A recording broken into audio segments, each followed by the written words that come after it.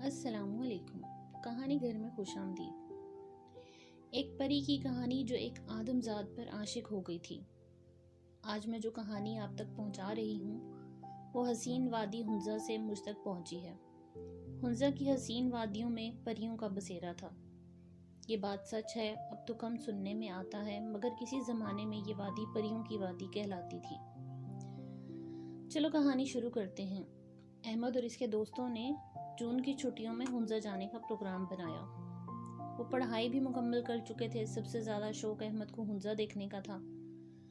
سخت گرمیوں میں بھی ہنزہ ٹھنڈا رہتا تھا، اس لیے سب کا ایک ہی فیصلہ تھا، ہنزہ جانا ہے۔ سب نے تیاری مکمل کی اور ہنزہ پہنچ گئے۔ احمد کو فوٹوگرافی کا بہت شوق تھا۔ انہوں نے ہوٹل میں کمرہ بک کر لیا۔ ہوٹل کے ارد گرد گھنے درخت اور ایک بہت ہی خوبصورت چشمہ پہاڑوں کے درمیان بہتا ہوا منفرد انداز پیش کر رہا تھا۔ صبح فجر کے وقت ایسا لگتا جیسے پانی کے بہاؤ میں کوئی سریلی تان کے ساتھ رقص کر رہا ہو۔ پرندوں کی چہچہاہٹ، پانی کا شور، ٹھنڈی متوالی ہوا انسان کو اپنی طرف کھینچے جانے پر مجبور کر دیتی۔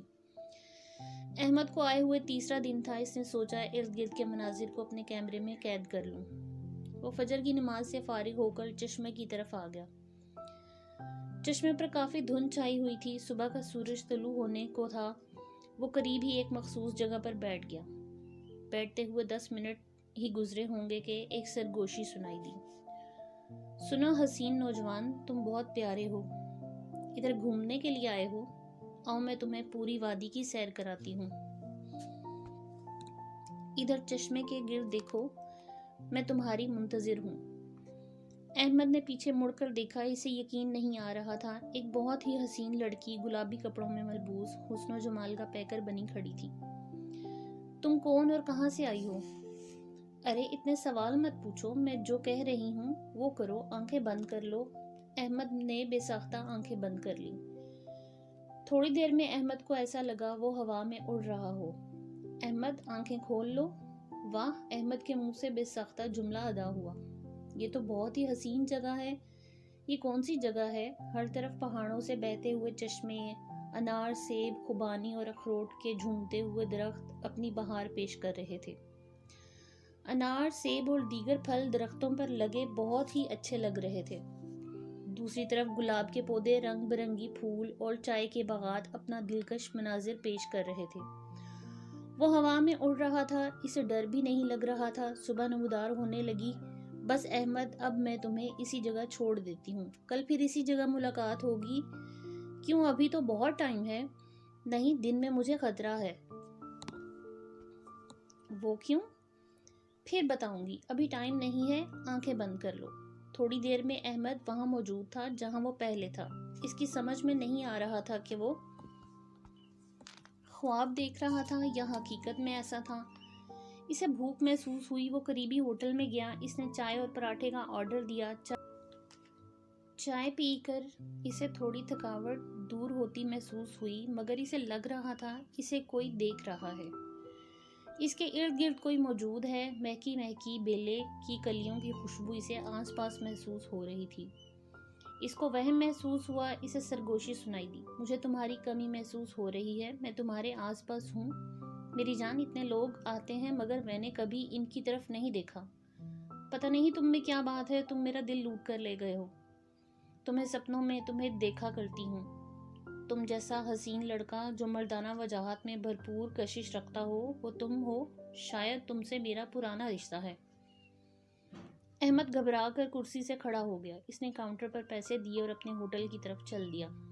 اس نے اپنے کمرے کا دروازہ کھولا۔ اسے محسوس ہوا جیسے اس کے ساتھ کوئی کمرے میں داخل ہوا ہے، کیونکہ وہی بھینی بھینی گلاب کی خوشبو۔ اس نے گھبرا کر چاروں کل اور آیت الکرسی پڑھ کر اپنے اوپر دم کیا۔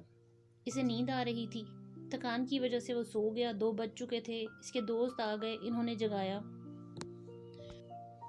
یار اٹھ، کھانا آ گیا ہے۔ صبح بھی غائب تھا اور اٹھا اور شاور لے کر کھانے کی میز پر آ گیا۔ کھانا بڑے مزے کا تھا مگر احمد بے چین تھا۔ اس کے دوست اسد نے کہا، کیا بات ہے احمد؟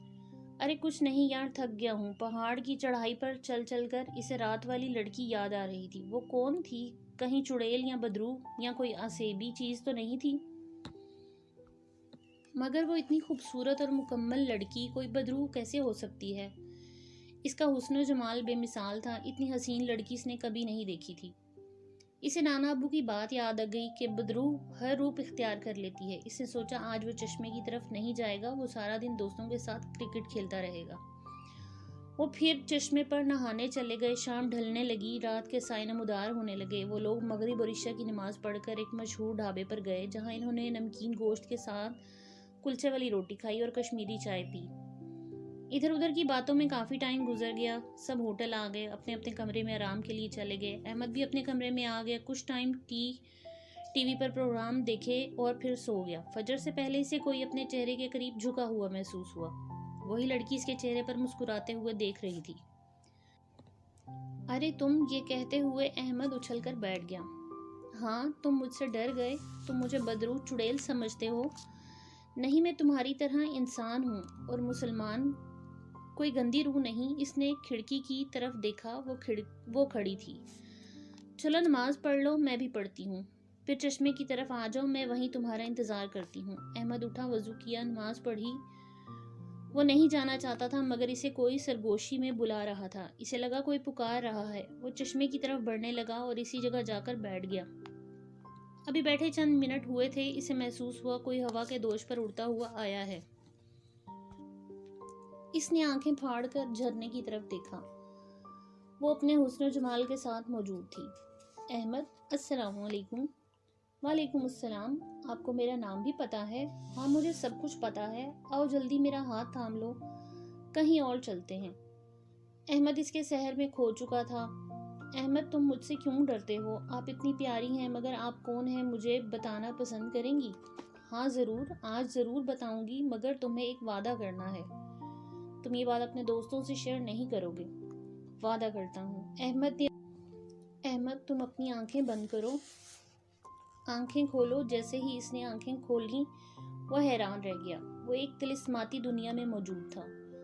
ہر طرف گلاب، موتیا، ملسری پھولوں اور پھلواریوں سے بھرا باغیچہ تھا۔ پانی کا خوبصورت حوض جس کا پانی ایک الگ ہی مناظر پیش کر رہا تھا۔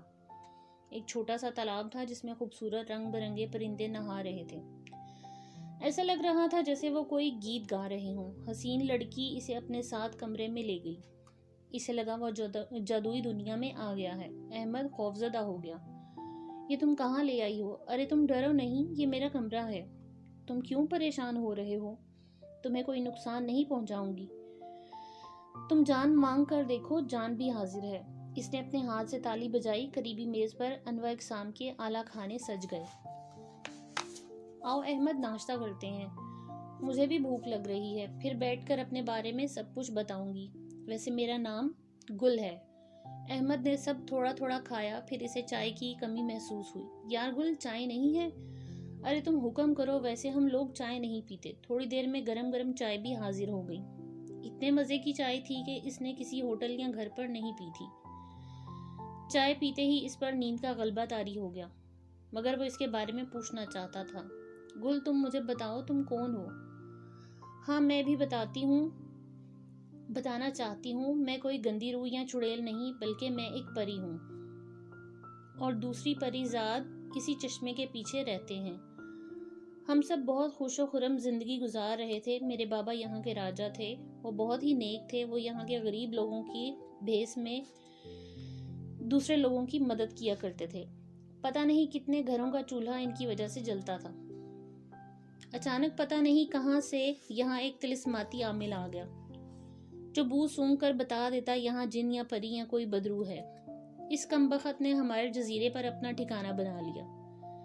میرے ابو نے اسے بہت پیار سے سمجھانے کی کوشش کی، ہم کسی کو نقصان نہیں پہنچاتے، تم یہاں سے چلے جاؤ، ہمیں تنگ مت کرو۔ وہ جادو کے زور سے ہمیں اپنا غلام بنا کر لوگوں کو نقصان پہنچانا چاہتا تھا، مگر میرے بابا کے پاس طاقت تھی، وہ قرآن پڑھتے تھے اور قرآن ہی سے عمل کرتے تھے۔ میرے بابا نے اس کو بہت سمجھایا اور ڈٹ کر اس سے مقابلہ کیا، مگر ذلیل انسان گندا عامل تھا۔ آخر بابا کو شکست ہوئی اور بابا اور ماں کو اپنی جان سے ہاتھ دھونا پڑا۔ سارے قبیلے والے مر گئے، کچھ یہاں سے کوچ کر گئے۔ میری والدہ کی دوست زرتاج تھیں، ان کی کوئی اولاد نہیں تھی، وہ مجھے لیے اس جزیرے کو کوہ سلیمانی پر آ گئیں۔ انہوں نے میری پرورش ایک ماں بن کر کی، دن بدن وہ بیمار رہنے لگیں اور اب وہ دنیا سے کوچ کر گئیں۔ یہ جگہ جہاں تم بیٹھے ہو یہ کوہ سلیمان کی وادی ہے۔ جب مجھے میرے بابا اور ماں کی یاد آتی ہے تو میں ہنزہ کی وادیوں میں چکر لگاتی ہوں، مگر دن میں نہیں، رات کو۔ ہمیں رات کو کوئی دیکھ نہیں سکتا۔ وہ ظالم مر گیا مگر مجھے اب بھی ڈر لگتا ہے۔ جس رات تم چشمے پر آئے تھے میں بھی یہاں نہانے آئی تھی، مجھے یہاں نہانا اچھا لگتا ہے۔ میری ماں مجھے یہیں پر نہلاتی تھی۔ مجھے تم سے ایک نظر دیکھ کر پیار ہو گیا۔ مجھے معاف کرنا، مجھے ایسا نہیں کرنا چاہیے تھا۔ کیا میں تمہیں اچھی لگتی ہوں؟ ہاں، تم بھی بہت اچھی لگتی ہو مجھے۔ تمہارے حسن کا حصیر ہو چکا ہوں میں، مگر میں مسافر ہوں، ایک ہفتے بعد کراچی چلا جاؤں گا۔ یہ لو طلسماتی انگوٹھی، یہ کسی کو مت دینا۔ جب میری یاد آئے اس انگوٹھی کی طرف دیکھ کر میرا نام لینا، مگر رات کے پہر میں آ جاؤں گی۔ میں چاہوں تو تمہیں ابھی اپنا اسیر بنا کر رکھ سکتی ہوں، مگر میں تم سے سچی محبت کرتی ہوں۔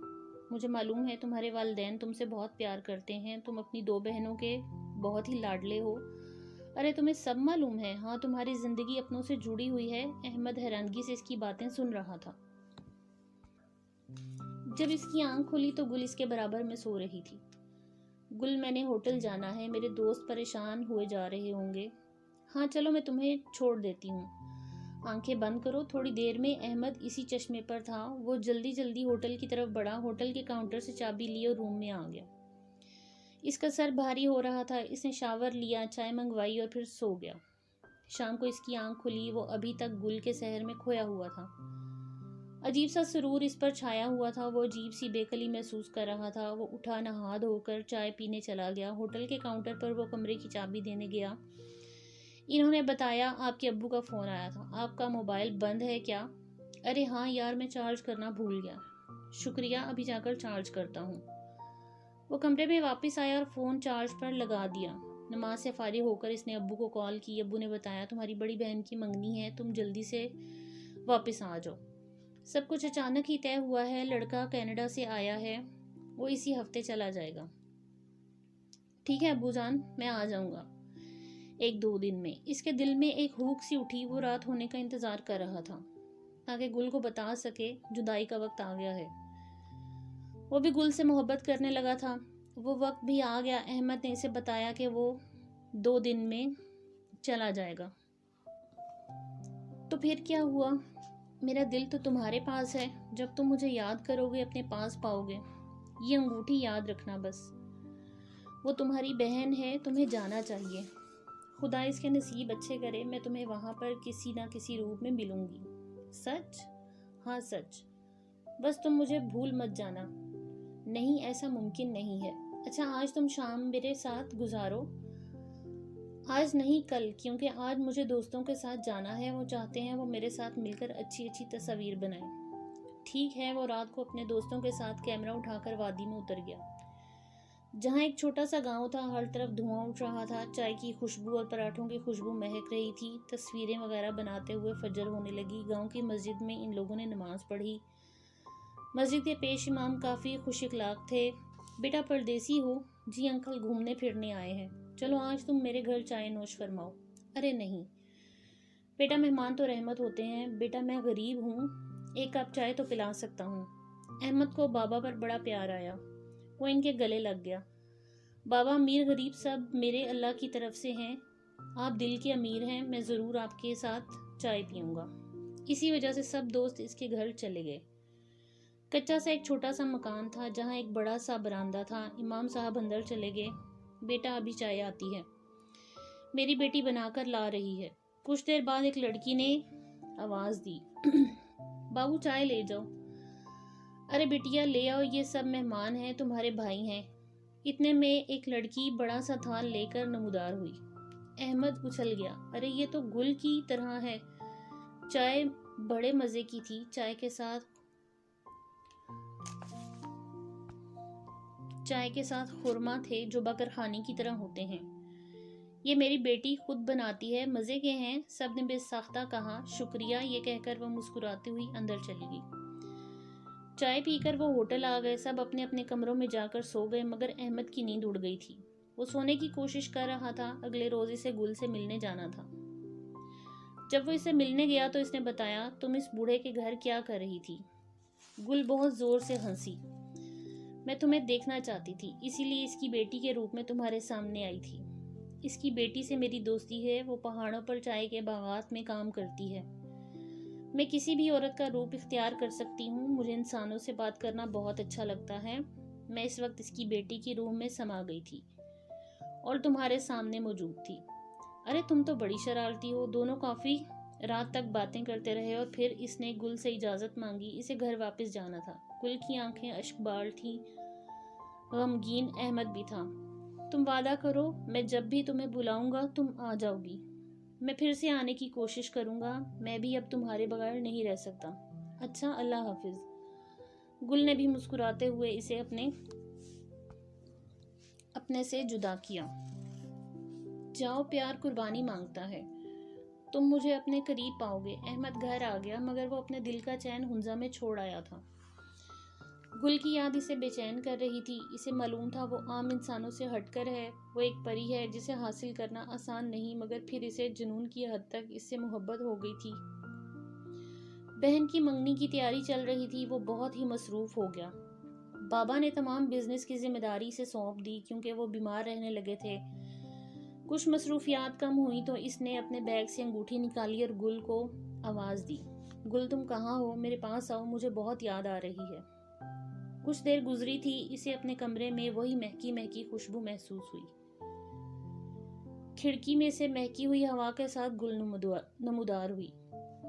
میں حاضر ہوں. بڑی جلدی یاد کیا. معاف کرنا, میں بہت مصروف تھا. ارے مجھے سب پتا ہے. اور بتاؤ, منگنی کس دن ہے؟ اگلے ہفتے, جمعے کے دن.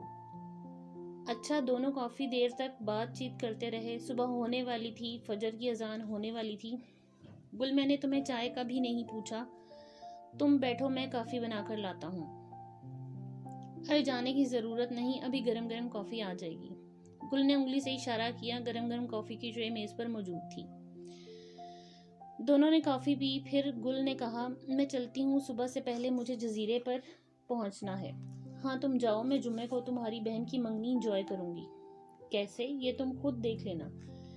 یہ کہتے ہوئے وہ غائب ہو گئی.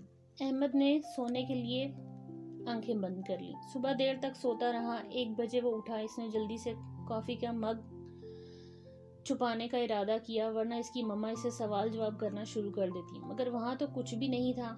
وہ مسکرانے لگا. گل تو بڑی سمجھدار ہے. پھر وہ اپنے کام میں مصروف ہو گیا. اسے جمعے کے لیے بھی بہت کام کرنے تھے. بابا کو شوگر کی وجہ سے کوئی کام نہیں کرنے دیتا. اس کی چھٹی اتوار کو ہوتی. وہ اتوار کا انتظار کر رہا تھا. جمعے کے دن سارا دن وہ کھانے اور سجاوٹ اور دیگر کام میں مصروف رہا. شام کو نہا کر اس نے گل کا پسندیدہ کلر وائٹ اور گرے کلر کا سوٹ پہنا. مہمان آنا شروع ہو گئے. بہن کے سسرال والے بھی آ گئے. رسم وغیرہ کی تیاریاں شروع تھیں. صبا کی نند بڑی چنچل لڑکی تھی. وہ زور و شور سے گانے گا رہی تھی. ڈھولکی بھی خود بجا رہی تھی اور لہک لہک کر بہت ہی پیارا گانا گا رہی تھی. احمد کبھی گانے وغیرہ میں لڑکیوں کے ہوتے ہوئے نہیں جاتا تھا مگر اس کی آواز اسے اپنے دل کے اندر اترتے ہوئے محسوس ہو رہی تھی. وہ نان خانے میں چلا گیا. اس نے بہنوں کے پیچھے ہو کر اس لڑکی کی طرف دیکھا. اف, یہ تو گل کی شکل کا پیکر تھی. وہی حسن, وہی مسکراتی ہوئی, وہی خوبصورت بال جو کھلے ہوئے اس پر اور رنگ جما رہے تھے. وہ حیران ہو گیا. یہ کون ہے؟ اس نے اپنی بہن سے پوچھا. یہ میری نند کی بیٹی مہک ہے. اچھا, بڑی پیاری ہے. ارے واہ, تمہیں بھی اچھی لگی. ہمیں تو لگتی ہے. پھر کیا خیال ہے امی سے بات کی جائے؟ ارے تم تو, میرا مطلب یہ نہیں ہے. رات تک پروگرام عروج پر رہا. جب سب لوگ اپنے اپنے کمروں میں چلے گئے تو احمد نے بھی اپنے کمرے کا رخ کیا. اسے مہک کو دیکھ کر گل کی یاد آ گئی. اس نے اپنی سیف سے انگوٹھی نکالی اور گل کو آواز دی. جی کیا حکم ہے سرکار؟ مجھے تمہاری یاد تڑپا رہی تھی. ارے میں آئی تو تھی منگنی میں. وہ جو تمہاری بہن کی نند ہے مہک, میں اسی کی شکل میں تھی. ارے میں حیران تھی, تم سمجھ نہیں پائے. ہاں یار، میں خود کنفیوز تھا کہ یہ لڑکی گل کی طرح کیسے ہے. میں جب چاہوں جہاں بھی چاہوں کسی بھی روپ میں تمہارے سامنے آ سکتی ہوں، مگر صرف تم اس بات کو محسوس کر سکتے ہو، دوسرا نہیں. اچھا اور بتاؤ، اتنے دن کیا کرتی رہی ہو؟ دونوں صبح تک باتیں کرتے رہے. احمد تمہاری شادی تو ممی پاپا کہیں بھی کر دیں گے، میرا کیا ہوگا؟ میں ساری عمر شادی نہیں کروں گا. نہیں، ایسا نہیں کرنا. چھوڑ دے ساری دنیا کسی کے لیے، یہ مناسب نہیں آدمی کے لیے. ارے تم تو شاعری بھی کر لیتی ہو. دیکھو تمہارے والدین بہت اچھے ہیں، ان کی تم سے امیدیں وابستہ ہیں. میرا ملنا بہت کٹھن ہے، مجھے اسی لیے 2 سال کا چلہ کاٹنا پڑے گا اس شکل میں آنے کے لیے جس سے تمہاری شادی ہو، تمہیں اس کی شکل میں نظر آؤں. دوسرے دیکھنے والوں کو نہیں. دوسری بات، میں تمہارے لیے اولاد پیدا نہیں کر سکتی. تم میرے ہم جنس نہیں ہو. میں تمہیں ہر طرح کی محبت دے سکتی ہوں مگر اولاد نہیں. ارے چھوڑو ان باتوں کو، کوئی پیار کی بات کرو. ادھر میرے نزدیک آؤ. پھر دونوں پیار محبت میں کھو گئے. احمد کے لیے مہک کو سب گھر والوں نے پسند کر لیا. وہ چاہتے تھے کہ صبا کی شادی کے ساتھ ہی اس کی شادی کر دی جائے. شادی 1 سال کے اندر ہی کرنا تھی، اسی لیے احمد سے پوچھا گیا. وہ خاموش رہا اور اس کی بھی منگنی مہک سے ہو گئی. مہک بہت خوش تھی مگر احمد اداس تھا. وہ تو اپنا دل کسی اور کو دے چکا تھا. احمد نے گل سے بات کی. گل نے کہا، میں نے تم سے اور تمہاری روح سے پیار کیا ہے. میں تمہیں حاصل نہ کر سکی تب بھی تم میرے دل کی دھڑکن میں رہو گے. گل تم کوشش کرو چلہ کاٹنے کی. مجھے اولاد نہ ہو مگر میں تم سے الگ رہ کر بہت بے چین رہوں گا. وقت پر لگا کر اڑ گیا. صبا اور احمد کی شادی کی تیاریاں ہونے لگیں. احمد بہت بے چین تھا. وہ گل کو انگوٹھی کے ذریعے بار بار بلا رہا تھا مگر وہ نہیں آ رہی تھی. جس دن اس کی شادی تھی، بارات کے لمحے جانے کے تھے، احمد کو ایسا لگا کوئی اسے سرگوشی میں بلا رہا ہے. وہ چاروں طرف دیکھنے لگا. ہال کے پچھلے حصے کی طرف سے آواز آ رہی تھی، میں ادھر ہوں گل، تمہیں بلا رہی ہوں. احمد سب چھوڑ چھاڑ کر اس حصے کی طرف جا پہنچا. گل تم کہاں ہو؟ ایک جگہ گل نظر آئی. گل تم کہاں تھی؟ گل نے اپنا چہرہ اوپر کیا. احمد کو بری طرح جھٹکا لگا. گل تمہیں کیا ہوا ہے؟ گل کا خوبصورت چہرہ جھریوں سے بھر گیا تھا. اس کی نیلی نیلی آنکھوں کے نیچے بڑے بڑے کھڈے پڑ گئے تھے. گل تمہیں کیا ہوا؟ تم اتنے عرصہ کہاں تھی؟ احمد میں تمہارے گنہگار ہوں. میں تمہیں حاصل کرنے کے لیے جو چلہ کاٹ رہی تھی وہ غلط ہو گیا. میری شکستی کام نہ آ سکی. میں آخری دفعہ تم سے ملنے آئی ہوں. مجھے معاف کرنا. تم وعدہ کرو مہک کو شوہر ہونے کا حق دو گے، اسے بہت پیار کرو گے. اگر تمہاری پہلی اولاد بیٹی ہو، اس کا نام گل پری رکھنا. تم مجھے ہمیشہ اپنے دل کے قریب پاؤ گے. تم ہمیشہ خوش رہنا. میرے پاس وقت کم ہے. وعدہ کرو تم مہک کو میری جگہ دو گے. مگر کچھ نہیں، تمہیں یہ سب کرنا ہے ورنہ میں سمجھوں گی تم نے مجھ سے محبت کی ہی نہیں. ٹھیک ہے، میں وعدہ کرتا ہوں جو تم نے کہا اسے پورا کروں گا. اچھا، اللہ حافظ. خدا تمہیں خوش اور آباد رکھے. احمد کی شادی ہو گئی. مہک بہت اچھی تھی، اس کا ہر وقت خیال رکھتی مگر وہ کبھی کبھی گل کی یاد میں کھو جاتا. رات کو چپکے چپکے اس انگوٹھی کو لیے اسے آواز دیتا، گل آ جاؤ، میں تمہیں بہت یاد کرتا ہوں. مگر وہ نہ جانے کہاں تھی. کبھی کبھی احمد کو لگتا وہ مر کھپ گئی ہے. اسی غم میں وہ ہارٹ کا مریض ہو گیا. اس کے 2 بچے تھے، دونوں بیٹے تھے. وہ دعا کرتا اسے ایک بیٹی ہو جائے تو وہ گل کا وعدہ پورا کر دے. اللہ نے اس کی سن لی.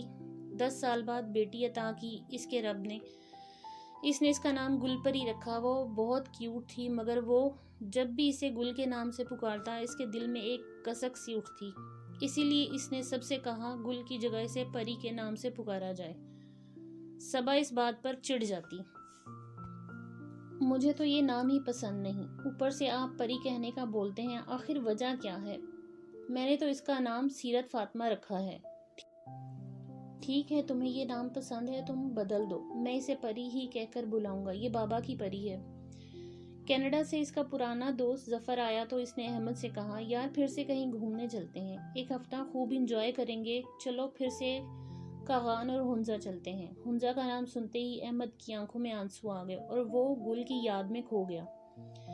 ظفر نے پوچھا، کیا بات ہے؟ احمد، میں محسوس کرتا ہوں تم پہلے جیسے نہیں رہے. یار تم تو بڑے ہی چنچل بندے تھے اور تم کافی دکھی اور بیمار رہنے لگے ہو. کیا تم مجھے اپنا دکھ نہیں بتاؤ گے؟ تمہیں میری قسم ہے، بتاؤ کیا بات ہے اور کیا راز ہے. احمد نے شروع سے آخر تک کی کہانی ظفر کو سنائی۔